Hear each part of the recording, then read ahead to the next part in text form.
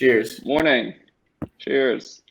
This is my French press coffee this morning instead of my alcohol.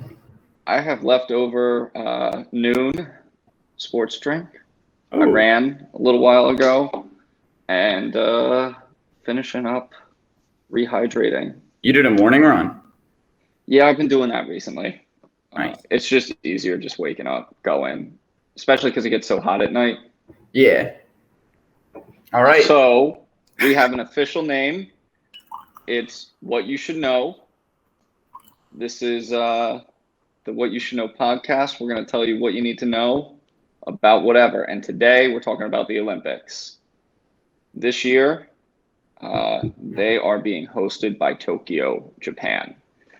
And originally they were supposed to be last year, but everybody knows the COVID stuff's been going on. So they're happening this year. And I think we're just going to start out with all kinds of hosting issues because the Japanese people aren't happy that Japan's hosting it still this year. They did like general polling of citizens in Japan, and it was like 83% of them would rather it just be canceled altogether or pushed back another year, which is crazy. But at the same time, every country that ends up hosting the Olympics, nobody's really happy about hosting it just because of all the money issues that come with it. And then on top of that, there's been boycotts by Japanese volunteers and workers who are preparing the games and the stadiums and Olympic Village stuff. It was something like 10,000 people just decided to boycott and not show up at all to work. Wow. So they're having serious problems planning it, but the games are going on. So I'm guessing in Japan they take it a little more seriously than the people do in the U.S. Yes. Which, looking into it, there were like, I think it was like 3,000 deaths per month for COVID. It really didn't seem like it was as bad as a bunch of other countries, but Well, they have a lot less people, right, than we do? They do have a lot less people. But at the same time, I think I understand the implications of them hosting or like just the weight of it. Because like imagine all these people from every country flying to your country and COVID's kind of coming to an end. And then all these people fly there. If they all get COVID and fly back to their respective countries and start spreading it again, the whole world's going to look at Japan and be like, what the heck, dude? That was all your fault. Or just like one person brings the D strain, Yeah. and then all of a sudden all of our superior athletes are just wiped out and be like, wow, Yeah. Japan, this is all your fault. Yeah. So they have each athlete and coaches that are going there are given like a 70-page book of rules and regulations that they have to follow. And the consequences are pretty serious too. First, obviously there are fines by the Japanese government or the International Olympic Committee if rules are broken. There's also athletes can lose their medals, be disqualified from their events. And the worst case scenario is just immediate deportation. Just pack it up, And go on a plane, you're out of here. Doesn't care when your event is, you're out. And some of the rules, it's kind of sad. And there were athletes who kind of voiced concerns just because of like how weird it's going to be there. First of all, everybody has to eat alone the entire time they're there. You fly in and you're tested 3 days before. You have to have proof of a negative COVID test when you enter the country. Is this even if they're vaccinated? You don't have to be vaccinated. Oh. Yeah. And there are athletes that spoke out about that too, who had said they're not comfortable being vaccinated just because of they don't know what the effects are going to be on their body, and they were just hesitant about it, especially with training and everything going on. They didn't want to lose like a week of training because they're sick, which makes sense to me. Yeah. Depending on when it's offered in their country, you know, It could have been offered like last month for the first time in their country and just be like, I really can't lose a week of training right now. Yeah. So Right before. yeah, I get that because that can really screw you up. So there's a lot of people who didn't get vaccinated just because of timing and everything and worries about being sick during training. So there's no rules about being vaccinated or not. Everybody has the same rules to follow. So you got to show proof of a negative test. Every day that you're there, you're tested again. And like I said, the entire time you're there, you have to eat alone, which is kind of depressing, you know. There's no conversations in small spaces. The examples that they list are elevators, smaller waiting rooms for like events.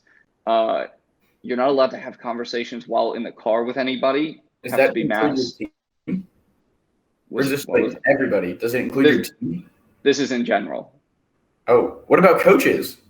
Yeah, in general, you got to be outside or in like your own hotel room in the Olympic Village or whatever. Oh, wow. You're free to speak. But they said in any official Olympic grounds, you can't have conversations in small spaces.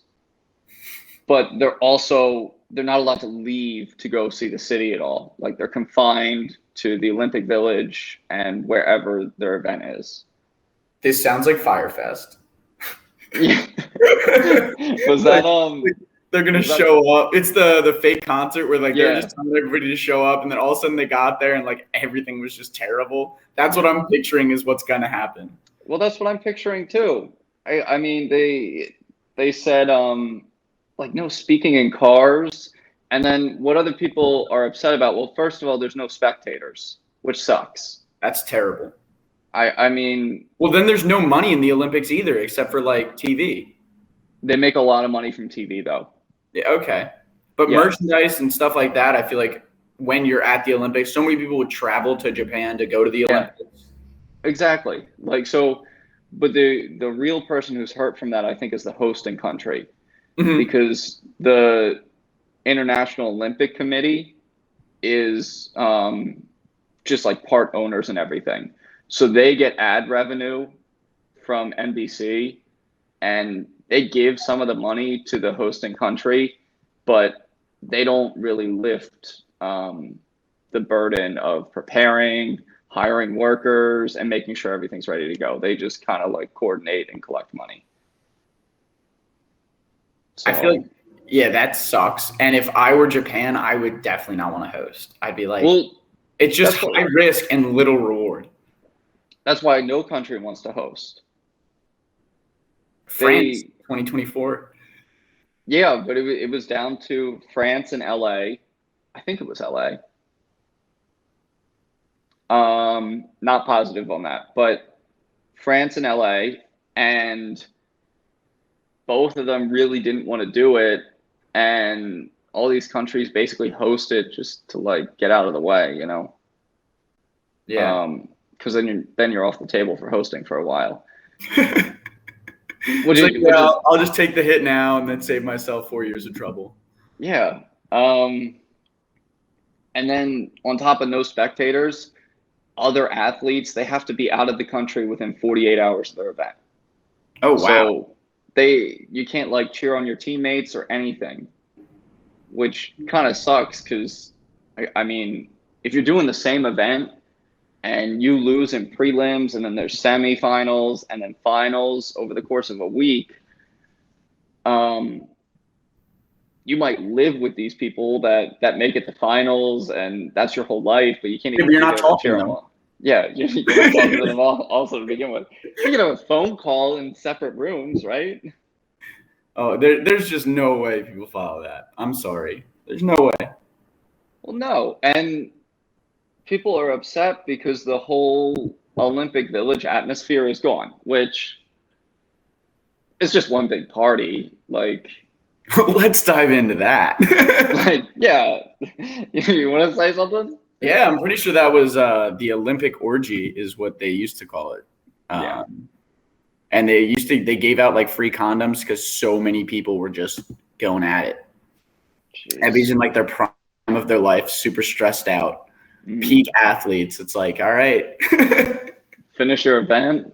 Just, I mean, they probably drank for the first time in a year or two also. Yeah, I mean, they've been waiting 4 years to train for this, so I wouldn't be surprised. I mean, when we were in college, we had dry season for a month. So, okay, well, some of us followed dry season for a month, and then at the end, I did at times. At times, the party at the end was always crazy. So I just imagine that the Olympic Village is probably constantly like that crazy party.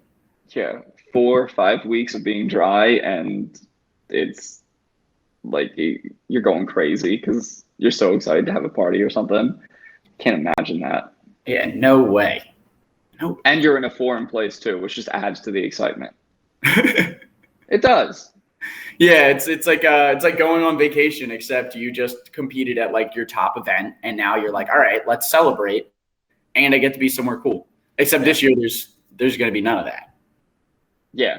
So, which not a huge deal, but I also get it too. Like you want some type of reward for making it there also, but the reward is also in the medal and being on TV for your event. Unless you lose, and then I mean you always have the party to get back to. That too. That's where the reward is for people who don't win. They're like, oh well, at least I'm at a party with a ton of very attractive people. Yeah. For the next 3 weeks. God, that's got to be crazy.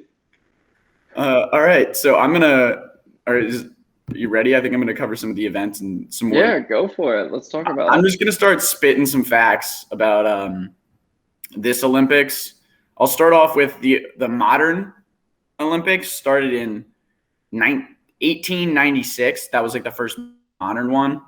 And now I'm gonna get into this one. So there are 339 events. And then I counted 46 events on the official website, but some like websites say that there's only 33 sports. And then on the videos that they have on their website, it says they have 55 sports. So I feel like that can be heavily debated. I guess it depends on what you count as a sport versus a section of the event. So like, for example, there's baseball and softball. Does that count as 2 sports or 1? I see what you mean. Yeah, so, that's like men's and women's track, basically. Yeah, and then you have like I think it's like three-man basketball, and then you have like full team basketball. So do those count as different sports? Like yeah, I see the gray area there. It gets tricky. And then how many athletes? There's going to be over 1,100. The exact numbers for debate, I guess, because people can pull out at any time. And then vaccines will be available. And then, as you mentioned, they're not going to be required. Mm-hmm. Expected number of countries. How many countries do you think are going to show up? 100. 205. Whoa. Yeah. And then it's going to take place over the next 16 days. It's going to go from the 23rd, which is today, all the way to the 8th. And now I've got a little bit of fun facts. So every Olympics recently has had a mascot, and that started in 1968 in the Grenoble Winter Olympic Games with Scus, which was a red-headed character on skis. And then I have a list of a bunch of them, which I'm just going to skip but there's a link which we can post. Now I'm going to botch the name of the current one, which is Mira Itoa, and it basically looks like a blue robot. You remember that Nick show, like Jesse the Teenage Robot? No. Oh my gosh! Actually, yes, I do. Yeah, I do. Like that blue. Mm-hmm.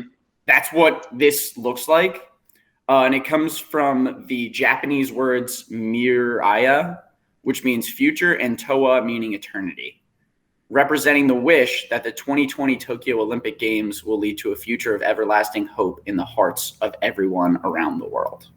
That's a good message. I also feel like Japan is always playing like futuristic, like atmosphere angles with things.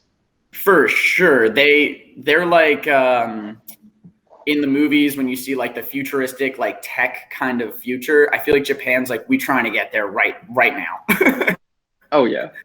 That's their whole like MO, you know. Yeah, there's like a little video on Mira Toa, and like you can watch the little like mascot compete and everything.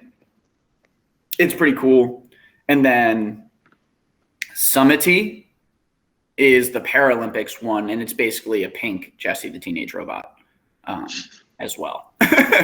And I'm assuming both of them are going to be showing up a lot. So you had mentioned the Tokyo trying to be ahead and everything like that. The motto for this Olympics is United by Emotions. And the goal is that everyone will come together and everyone will stay united. So I don't know how that's going to work considering no one's going to talk. Stay in your confined spaces, leave the country within 48 hours, but we're united. Don't talk to anybody, but when you leave, we are going to be one. Yes. So I thought that was kind of interesting. And then I can dive in a little bit more to the new sports that are being added. Yeah, let's talk about some of these because I don't really understand one of them, I think. Like, it just seems like a weird idea to me. All right. So there are a few things that I did want to touch on first. Okay. The handball and hockey are in the Olympics, and that's field hockey. And men and women are playing field hockey. I've heard of male field hockey players. I didn't know that because I feel like in my high school and in my area, there was no men field hockey options. So yeah, same with us, but certain states, I think, do it. I mean, we could have a team, and also handball, which I felt like was the best game in gym class. So yeah, I can't really picture the rules for that right now, but that doesn't really seem like a Olympic sport. But it's definitely fun. And then this one, which I think is the coolest, is called the modern pentathlon. None of this is new. This is all already there. But it consists of like 5 events, and it's horse riding, fencing, shooting, running, and swimming. And once you like win, it's considered like the king of sports competition. Yeah, I saw this and I thought this was weird to me. This is something that, in my opinion, they could just leave off the table. No way, dude. This is way too cool. 200-meter freestyle swim, right? That's right off the bat. Then you have fencing. You do like round robin matches. Think of like competing against different people. And there's a bonus like fencing elimination round, which is about 30 seconds. All right. So you get points that way. Next, you do the horse jump competition where you ride on an unfamiliar horse, which I think this is the coolest thing. Mm-hmm. Basically, like, think of Harry Potter 4 when they pick the dragons out of the bag like 20 minutes before they go. Yeah. That's what happens here. They get like a random horse. Okay. And they have 20 minutes to bond with this horse, and then they have to like go around this course, jump over things, and then complete it with no penalties in the amount of time it's finished. I think that's really cool. That is awesome. Yeah. Like, it's just, I've never heard of anything like that. So I thought that was wild that you just get a random horse and like, hey, good luck. Yeah. Like, because even if you train like your whole life, if you get like a crap horse, you're done. Mm-hmm. So the last event is laser shooting. You have to hit 5 targets, and then it's 4 by 800-meter run. So you get placed, like your position is based on how you did in the other 3 events. Again, this is not a new sport. This is something that will be televised and has been televised in the past. Yeah. So every point you get is a second advantage.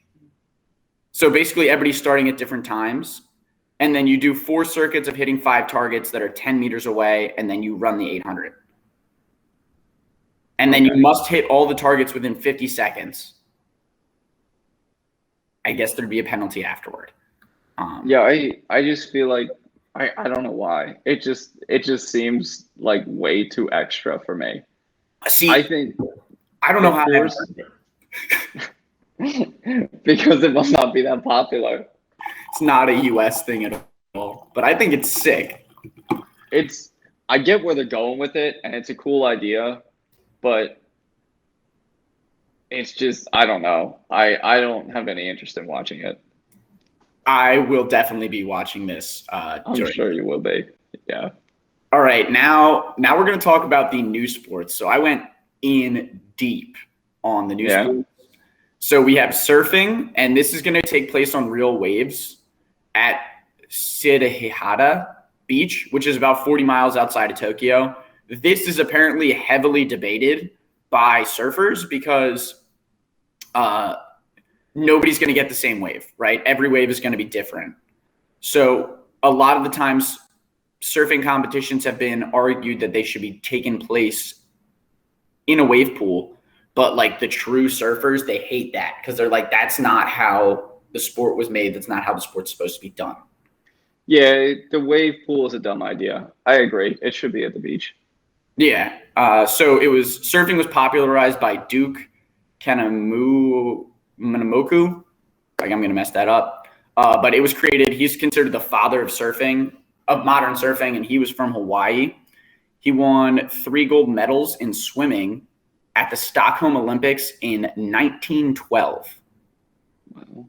And he was also in the Antwerp 1920 Olympics competing for the U.S.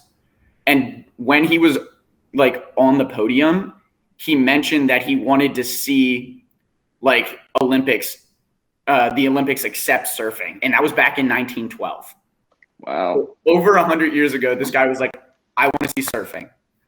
I just think it's nuts. And he was like a gold medalist in swimming, like 3 gold medals. That's nuts. Yeah, I think surfing's a cool idea.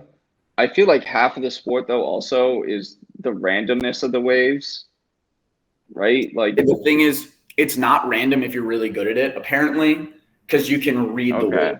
So like it's like a skill thing, and that's where it's debated, is because a lot of people, they're like, oh, I don't know because it would be easier if everybody had the same wave, but a lot of it is being able to read the waves. Like if you can read the waves well, like you're a better surfer. Yeah, I get that. But if it is in a wave pool, like every wave is exactly the same. Yeah. So that whole aspect of reading the waves and feeling out the ocean in general is just off the table.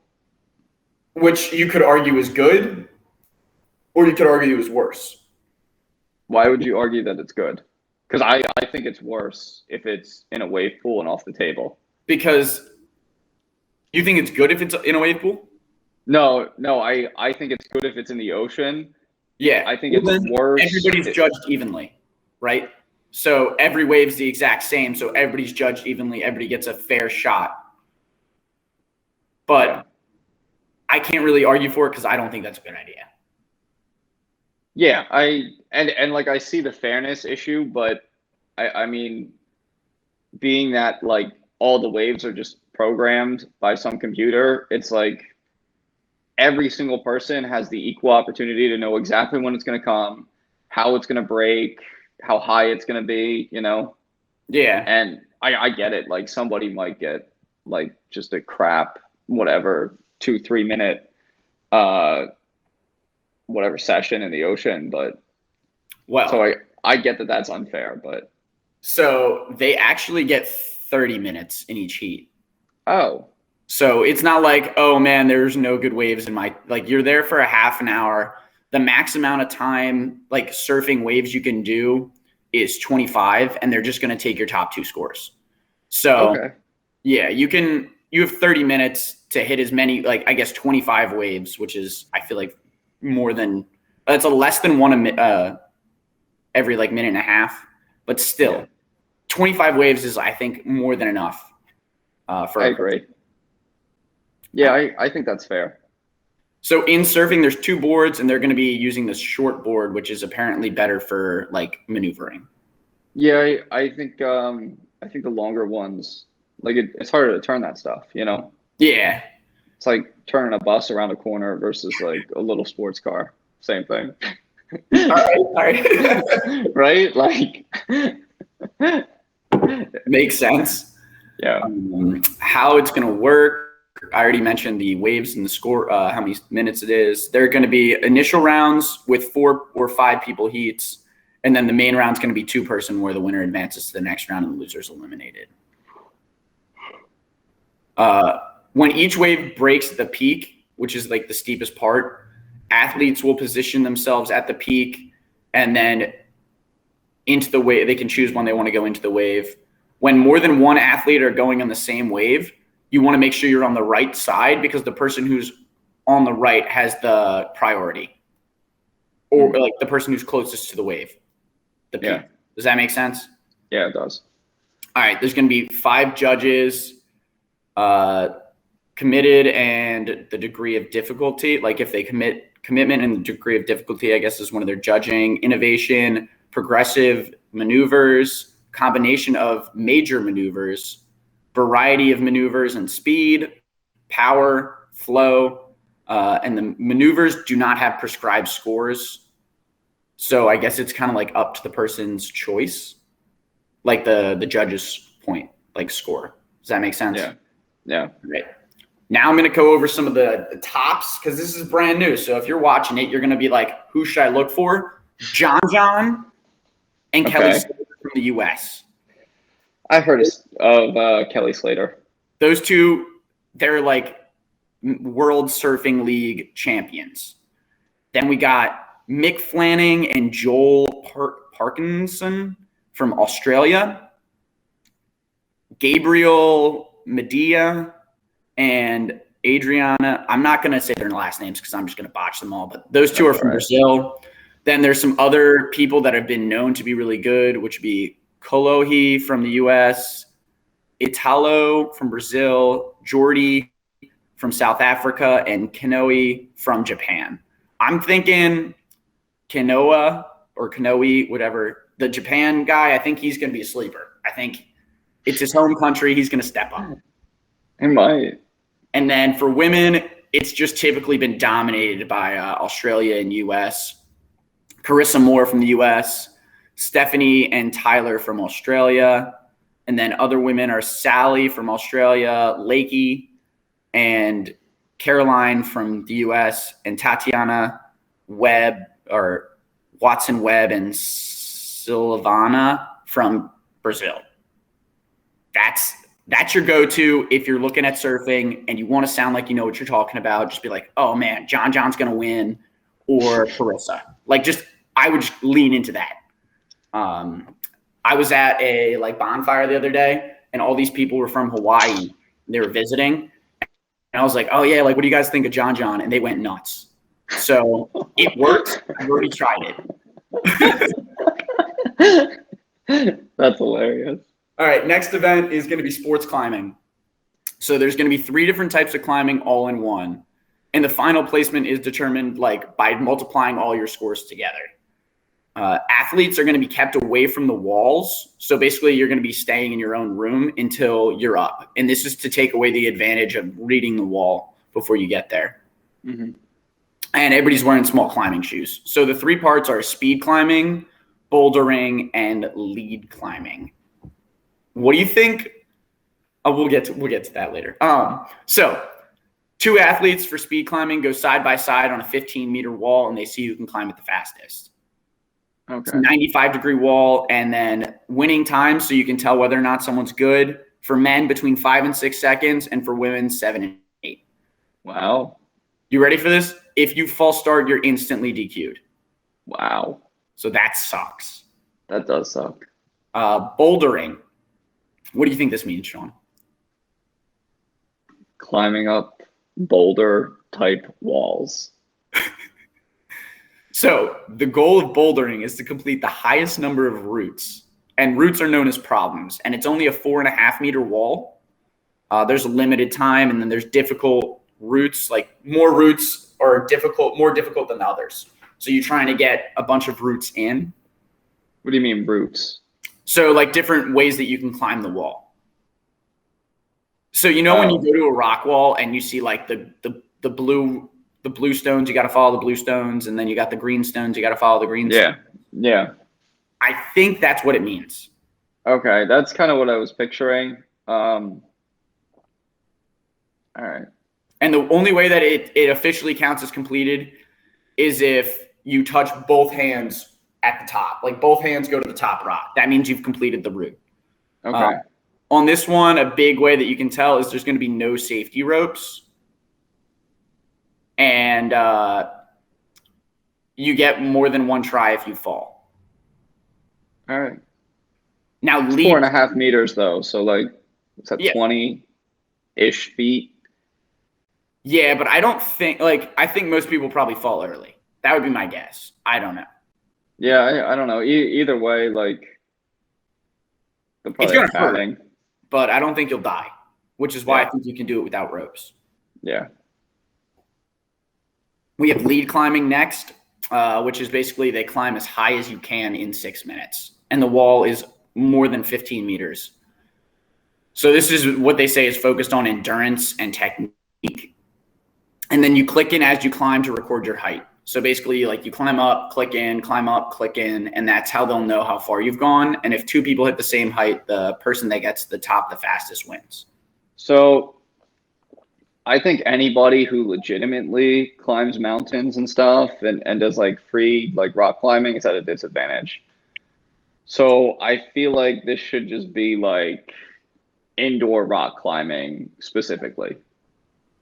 Oh, so you're thinking just, well, then would you go by route, speed, or height? You would do all three. I think the event just puts anybody who doesn't spend much time in a rock gym and is just out there climbing real mountains and stuff or rock structures at a disadvantage. Yeah, I think that's where the bouldering is. That's where they'd be at the advantage. Oh. Because I'm not 100% sure, but I think that's a real rock. Oh, okay. So I think that's where you'd have your best advantage. That was my concern. I feel like there's so many events that take hours, like bike races take a few hours, Yeah. like triathlon stuff. So like I feel like they could just throw them out on a real mountain and just climb, guys. Well, like time them and see how far up they get, you know? Whoever can get to the top wins. Whoever dies loses. Yeah, like you got like 1 hour, like see what you can do on this, get as far as you can, and just send them out individually so they're not fighting each other. Yeah, the issue is then you could have people that are researching the mountain in advance. Because that would give you a significant advantage. I was about to say they could just get out there and start chiseling the mountain and reshape it, but then that's going to cost so much money and just a big waste of time. Just for one event. Yeah, that's too much of a money commitment. I understand why they chose to do it the way they did. Okay. All right. Next, skateboarding. Yeah. 2 types of skateboarding. What's cool is that they tried to keep it kind of like to the culture of the event, sort of like with surfing where they're allowing it to be on real waves. So they'll go one at a time and you can blast your own music while you compete. I think that's pretty cool. It is cool. So the 2 types are park and street. And I'm not going to lie to you, this is a little confusing to me, but park involves skating on a series of ramps and like half pipes and bowls. So, only thing I know about skateboarding is like Tony Hawk. Yeah. So, when people like surf in pools, like in like Tony Hawk, you're like, boom, you're going through the pools. That I believe is like park. And then street involves skating on like a course with like obstacles. So like things that you'd find naturally in an urban setting. So think of like stairs, rails, benches, boxes, things like that. In my mind, I'm thinking of that like parkour with the skateboard. Yeah, I think the park stuff. I picture like you ever see the clip of Tony Hawk doing the first 900 on a half pipe, and it's like, oh, well, it's like a half pipe, just like 2 ramps up on either side, and they're just going back and forth.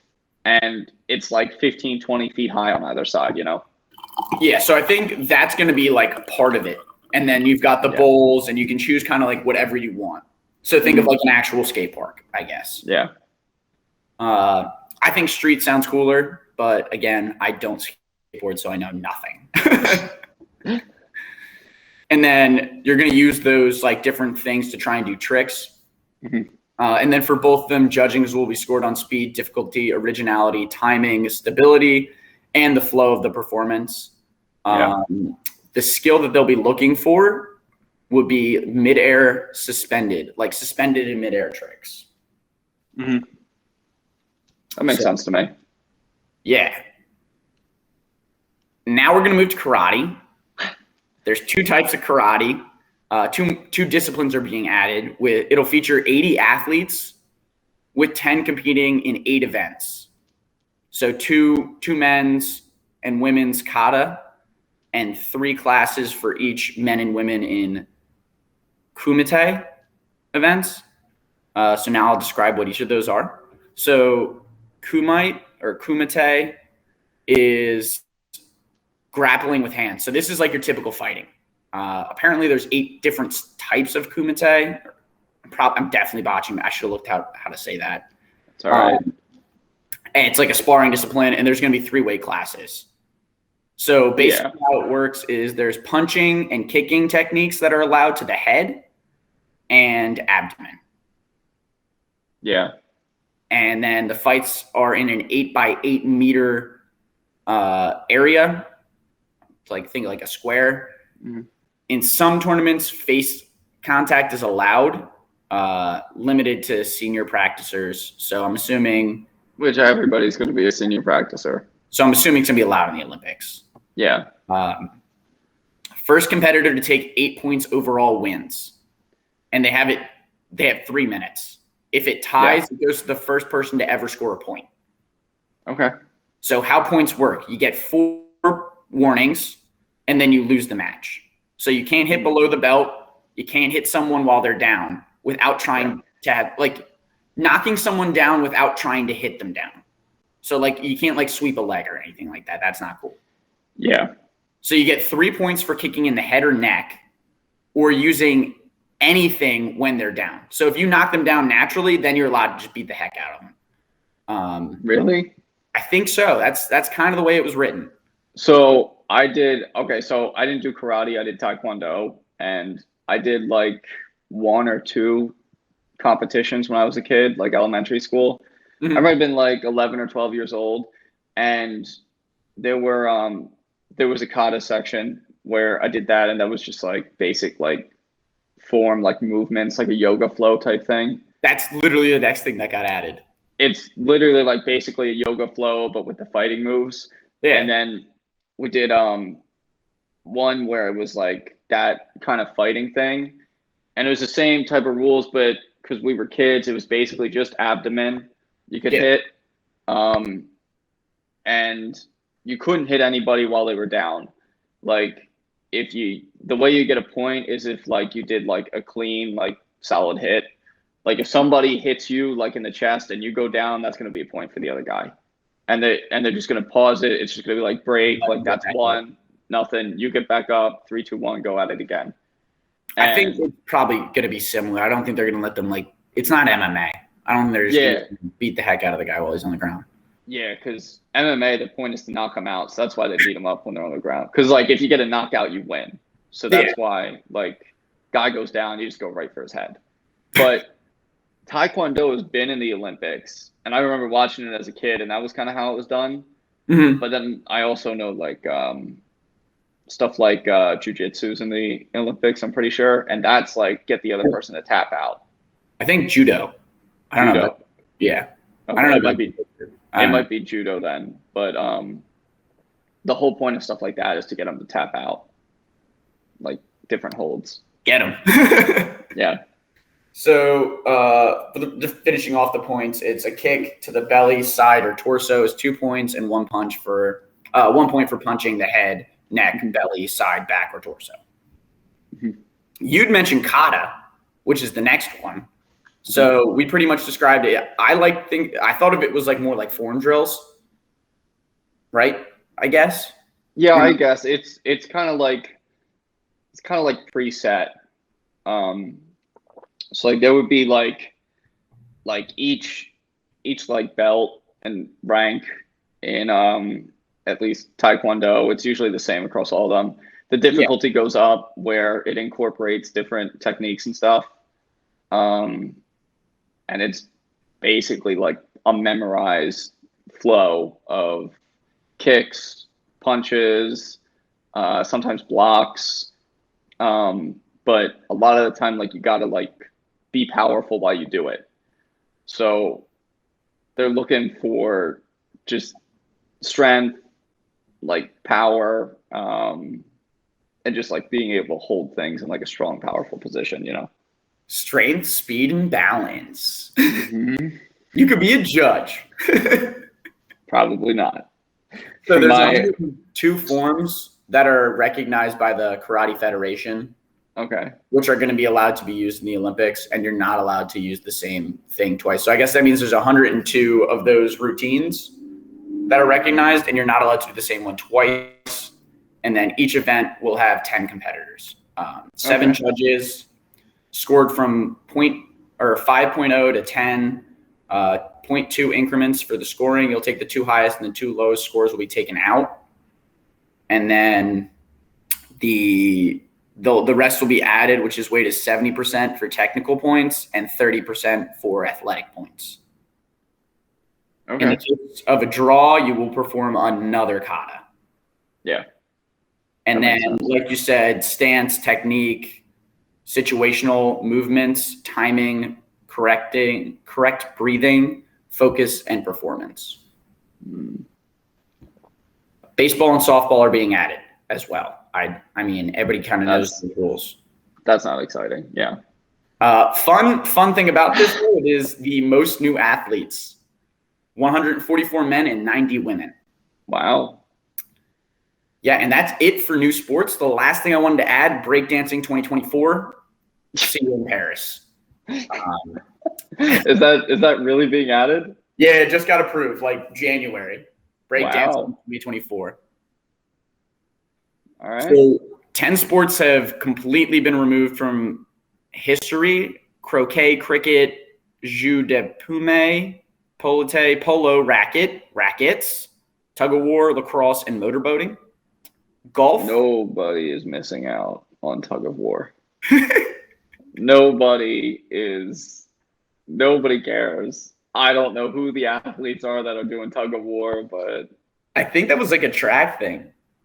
Like, you got your track team to do tug of war. Then again, it could have been with weightlifting. Yeah, I'd picture like weightlifting or something. That makes sense. Rugby and golf were added back in 2016, and then softball and baseball back this year. All right. So what do I you looked. think? Yeah. Go ahead. Japan's going to win for baseball. I'm pretty sure that's why it got removed. And then the U.S. is going to win for softball, because I'm pretty sure that's how they've always won. And then they were just like, all right, they win too much. Let's take it out. I guess that too. Maybe viewership was low, you know? I think so. Well, that could be why they brought it back for Japan, because if they always win, they'd want more people to watch and be like, hey, it's our thing and it's back. Yeah. Yeah. Like, if only one country in the world is watching it because they're just dominating, maybe they're just like, yeah, like this isn't worth the time. So some other fun events that were taken out. We have cross country, where they would just run different distances for cross country, different distances for steeple, and team race, where they just basically, it was like a medley. Cycling used to have a 12-hour race and a 2K tandem race. How fun does that sound? It does sound fun. Rope climbing, triathlon for gymnastics, and side horse vault. I don't know what that last one is. It's basically just the regular vault, except sideways, I think. Okay. 100-meter freestyle swim for sailors. So you had to be sailing, and then you could compete in the 100-meter freestyle. And so that's out now? That was only in the first Olympics. They had it in the 1896 Olympics, and they removed it because they were like, that's it. Yeah, that's not worth anybody's time. Solo synchronized swimming. I don't know how that one passed for so long. That doesn't work at all. Who are you synchronized with? Yourself? Yep. Just one person swimming alone. I don't understand how that was there for so long. I was gonna say, it just popped in my head. What qualifies you as a sailor? Like, how I many think you have days a year on a boat do you have to be a sailor? I think it was like the boating events. Like you had to be in the boating events, and then you could do the I see. I yeah. see. That Okay. was what makes the most sense to me. Yeah, that makes sense to me too. Underwater swimming was only in the 1900 France. Took 1 and 2, but the number 3 was the guy that was there the longest, but he started swimming in a circle. Imagine David Blaine doing that. You see him like spend like 8 minutes or something underwater. Yeah, he would just be there and be like, yeah, it's cool. I can hold my breath for 25 minutes. I've done it once or twice. Yeah. This one is fun. It was the 200-meter obstacle course. Also in 1900, where they would swim, they'd run over boats, they'd like climb over walls. All fun things. And then the plunge for distance. So they would dive into the water and see how far they could go underwater before, like, you're not allowed to do any strokes. Yeah, that's a dumb one. They had one-handed lifting for weightlifting. Oh my God. All around dumbbell, where they did 10 lifts in 5 days. And then this is the last one that I thought was super fun. The 10-meter running deer. Deer? Yeah, for shooting. So they would release the deer and then they would shoot it. Okay, that's actually a funny one, but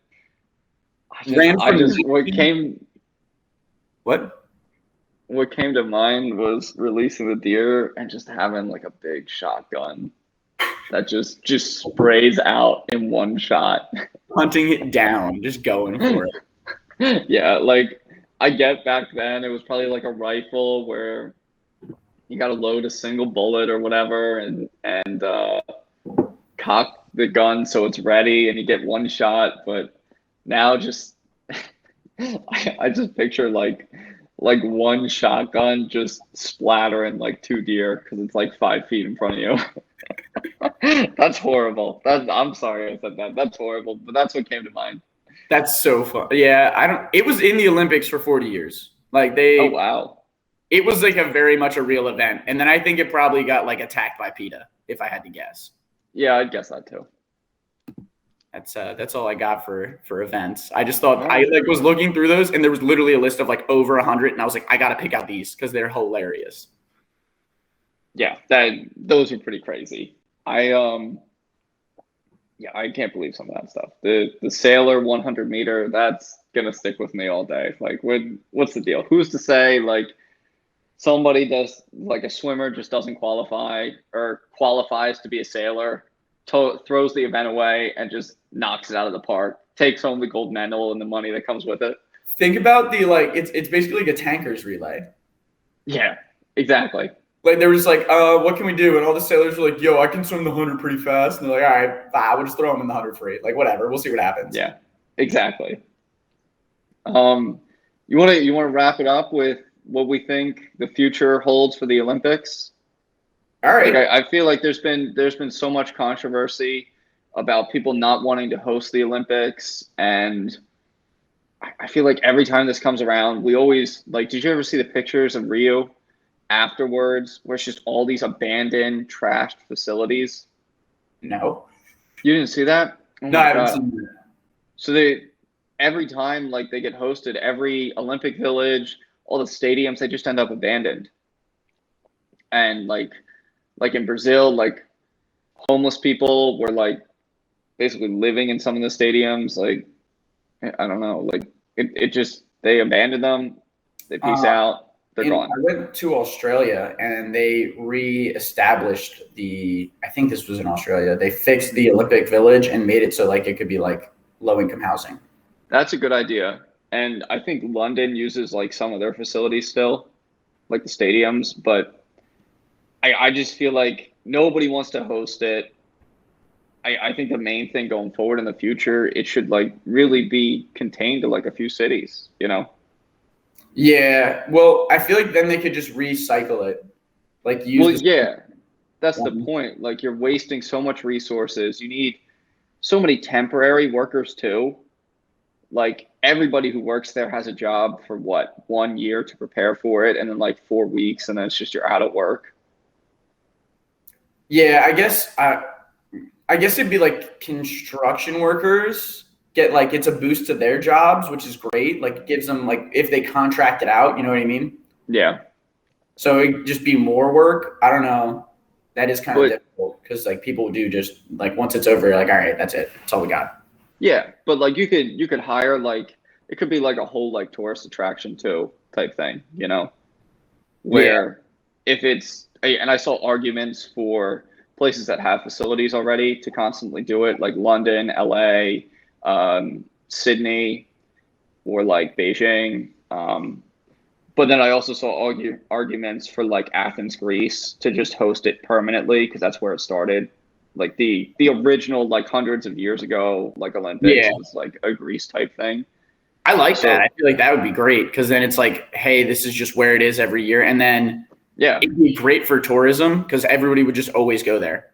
yeah, exactly. And then you could have staff full time, ongoingly year to year.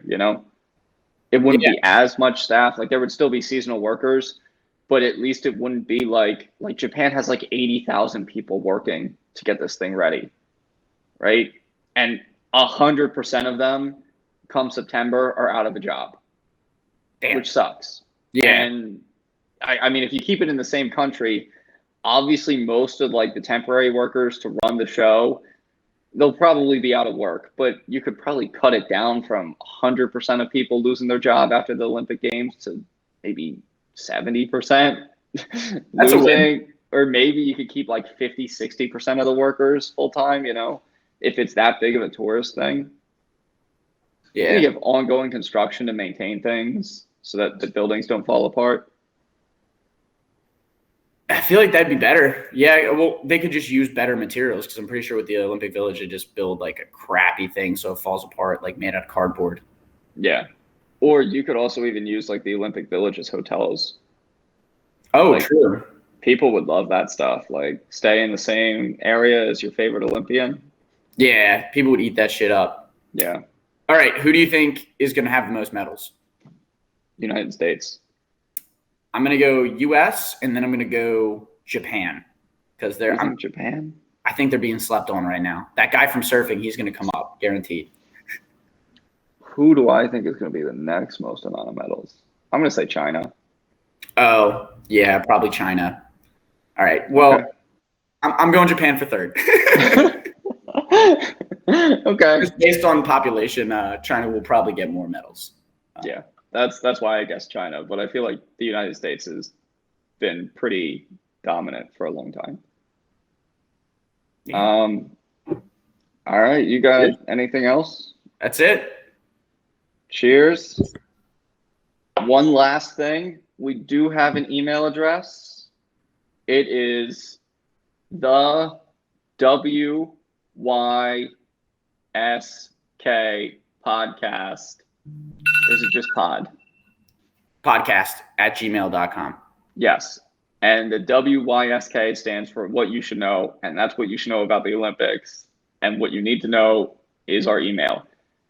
You can send us whatever you want, stuff that you want us to talk about, what you thought of the podcast, any ideas for the future, whatever.